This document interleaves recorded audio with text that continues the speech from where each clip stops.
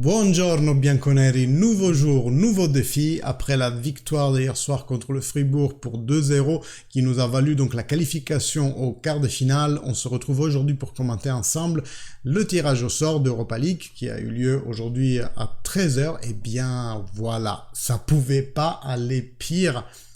Que ça soit d'un point de vue sportif d'ailleurs, mais même d'un point de vue moral, parce que je parle aussi des tirages au sort des autres équipes italiennes, et comme vous savez, en ce moment particulièrement, on n'est pas content si les autres font bien en Europe, ça s'annonce très bien pour le Napoli. Bon bah, on en parlera tout de suite, on va commenter donc le tirage au sort d'Europa League, un peu celui de Champions League, et aussi du mois à venir en fait. Je pense que ça va être une vidéo sur le mois à venir parce qu'il est chaud patate. Il y a beaucoup de rendez-vous sportifs importants, mais aussi de rendez-vous judiciaires importants. Donc allons voir ce qui nous attend ce mois-ci. Mais comme habituellement, avant de commencer la vidéo, je vous invite à rejoindre la chaîne si c'est toujours pas fait. Aussi, un like, un commentaire, ça vous prend 0 secondes et c'est hyper important pour que les vidéos soient plus visibles sur la plateforme. Donc voilà, je vous y invite. Regardez mes shorts aussi, si vous avez remarqué, j'ai fait de plus en plus de shorts, que ce soit sur TikTok ou sur YouTube. Je vous invite à rejoindre, c'est toujours Juventino Paris sur TikTok. Et voilà, on y va comme ça. Donc, je veux faire le mec pas sympa et garder ce qui est juteux pour la fin. Donc, on va commencer par les tirages au sort de Champions League parce que bah nous on n'y est pas et donc je trouve que parler d'Europa League c'est mieux pour nous et aussi du mois à venir. Mais parlons ça de cette Champions League qui franchement va nous donner tout de suite un plat fort, un derby italien avec Milan-Napoli. L'Inter va rencontrer le Benfica et j'ai envie de dire, ça veut dire déjà que soit une des Italiennes, soit le Benfica, soit dans la finale, au final. De l'autre côté du tableau, il y a bien entendu le Real Madrid, le Chelsea, le Manchester City et le Bayern. Donc, autant dire que les grandes vont se taper sur la gueule toutes seules. Real Madrid, Chelsea, Manchester City et Bayern, forcément il n'y en aura qu'une qui arrivera en finale, donc c'est une autoroute, mais vraiment une autoroute pour le Naples, une autoroute sur laquelle il y a quand même un péage à payer, c'est le Benfica. Après, il est vrai aussi que c'est pas forcément une bonne nouvelle pour les Italiennes de se rencontrer tôt. Pourquoi? Parce que avec tout ce qui est grosse scène internationale, il y aura aussi son lot de rivalité nationale. En fait, les journaux vont beaucoup jacasser autour de ça, du fait que les trois Italiennes pourraient se rencontrer dans une partie du tableau. Imagine, l'Inter gagne contre le Benfica, on aura aussi 2 Italiennes en demi-finale. Donc les journaux vont s'en donner à cœur joie. Pour la Juventus, c'est plutôt positif à mon sens, puisque ça veut dire en même temps que s'ils sont concentrés sur cette lutte, s'ils se disputent entre eux, peut-être qu'ils vont un peu nous oublier. Et nous, on doit se faire oublier pour cette saison, au moins en Champions League, mais surtout dans la discussion globale du monde du foot. On a un mois important, comme on verra tout à l'heure.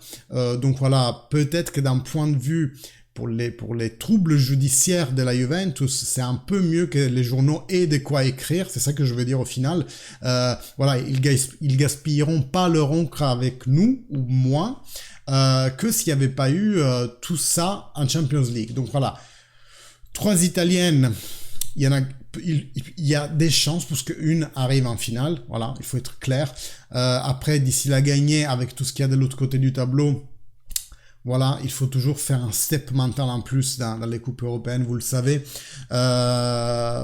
C'est une Champions League qui favorise énormément le Naples, je trouve, mais c'est ça la beauté aussi en fait. C'est pas une critique de dire qu'ils ont pêché facile. Oui, effectivement, ils ont pêché facile, mais en même temps, cette histoire de tirage au sort et non pas de tableau fait avec des têtes de série, il est fait justement pour donner une chance même aux plus petites équipes ou aux équipes qui ont moins souvent la chance d'arriver dans la phase finale ou à la finale directement. Eh bien, c'est une chance en plus pour elles, parce que si on fait toujours le fort contre le petit au quart de finale ou même au 8e de finale, eh bien c'est toujours les grandes qui arrivent dans le carré final.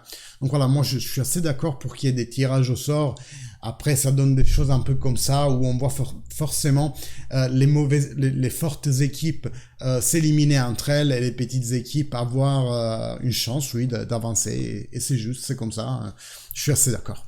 Bon, avant d'entamer la discussion sur les tirages au sort d'Europa League, parlons vite fait de Chiesa, qui hier, même après avoir marqué, et je vous rappelle qu'avant de marquer, quelques minutes avant, il avait pris un poteau après un crochet vraiment bien réussi sur le défenseur.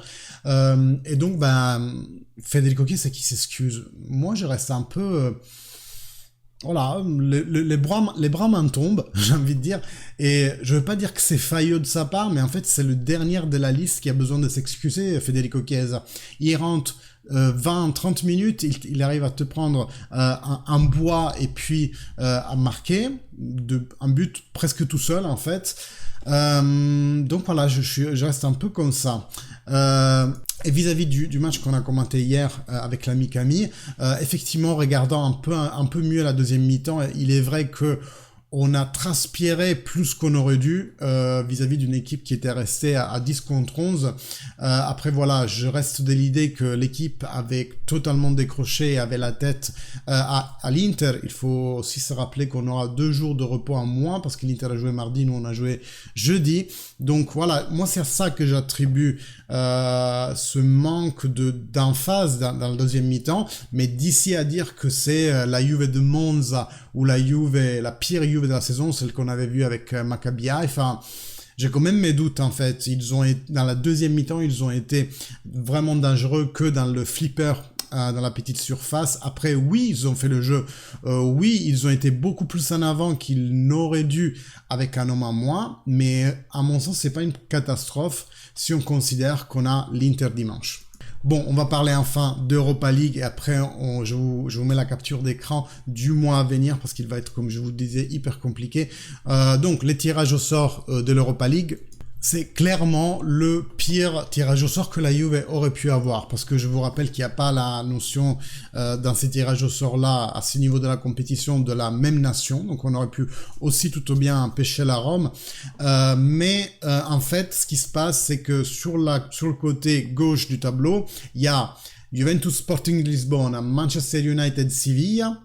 Donc, même si on arrive à passer outre un Sporting Lisbonne qui a quand même éliminé l'Arsenal, j'ai regardé la dernière partie du match réglementaire hier soir, puis les temps de prolongation, le Sporting, il court quoi. Il court, donc une équipe très intense, et nous on va vraiment avoir du mal avec eux. Et si on arrive à passer outre, donc aller en demi-finale, il y aura potentiellement soit le Manchester United, et ça c'est, je pense, toujours la pire des hypothèses, ou alors le Sevilla. Alors le Sevilla, il faut savoir que c'est vraiment leur compétition. Ils l'ont gagné souvent et dans les dernières 13 années, je crois qu'ils ont été toujours présents en Europa League. J'espère pas dire des bêtises. Mais voilà, le Sevilla, cette saison est moindre que les saisons précédentes. Mais quand même, c'est sa compétition. C'est une bonne équipe dans les compétitions non récurrentes comme le championnat, mais là où il y a une élimination directe. Donc voilà, notre côté du tableau, il est hyper chargé. 3 adversaires de taille, et on va en affronter 2 de ces 3-là si on passe, ou alors une seule, mais j'espère pas.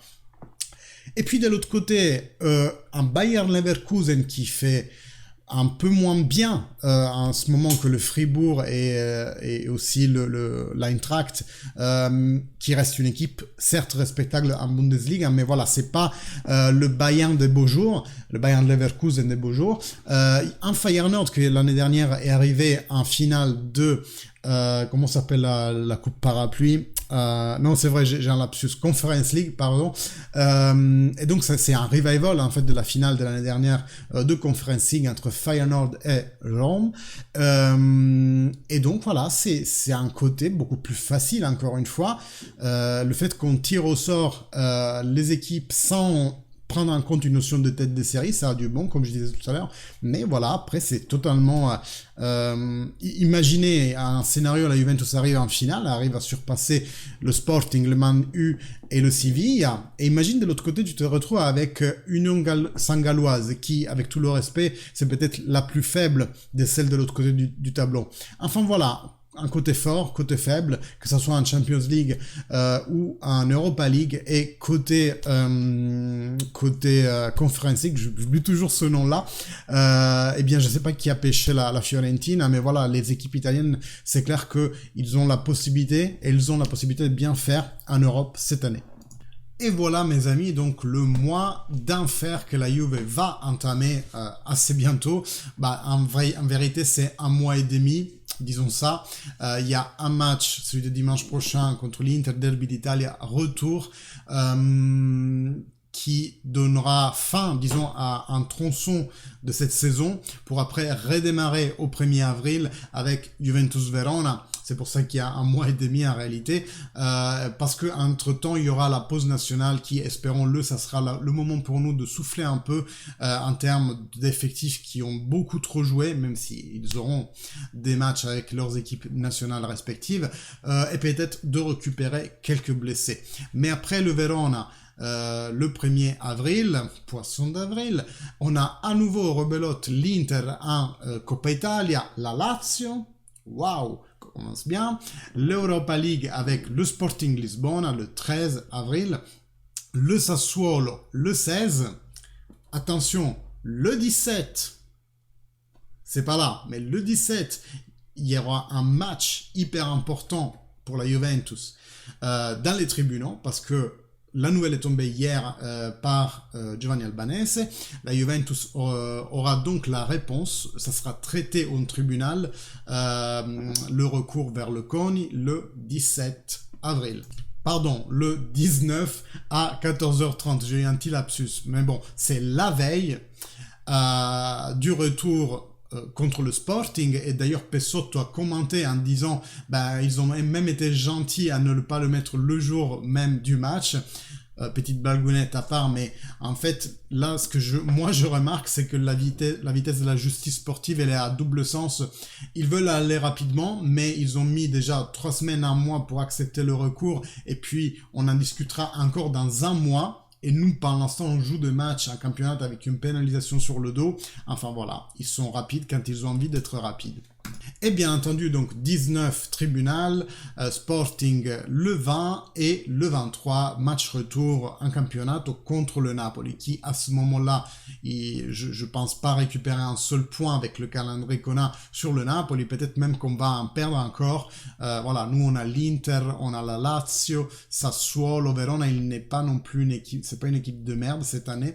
Donc voilà, va savoir comment on arrivera à ce rendez-vous, mais j'espère juste que le jour où le Naples aura la certitude mathématique du Scudetto, ça sera pas à Turin au Juventus Stadium, ça serait vraiment horrible, mais horrible. Et ensuite ça continue, retour de Coppa Italia le 26 avril contre l'Inter, le Bologna le 30, et le Bologna cette année il rigole pas. Voilà pour ce beau calendrier du mois d'avril. Il va être vraiment hyper rude, beaucoup de gros matchs dans une courte période et une décision de justice capitale en plein entre 2 big matchs. Donc je vous rappelle, juste avant un big match en fait contre le Sporting et tout de suite après le Napoli. Les gars, ça va être un mois infernal. On va être là à soutenir notre Vecchia Signora tout le temps, dans les lives, dans les vidéos standalone comme celle-ci. Donc je vous invite vraiment, abonnez-vous pour suivre ensemble l'actualité de la Juventus et la commenter. Venez dans les lives, il y a une belle ambiance, on s'amuse beaucoup et on est de plus en plus. Et si vous avez la gentillesse de mettre un pouce ou mettre un commentaire, ça aide vraiment la vidéo. Merci beaucoup à vous. Instant, j'enlève ça pour vous saluer quand même correctement. On se recapte bientôt avec l'actualité de la Juventus. Fino alla fine, forza Juve. Ciao.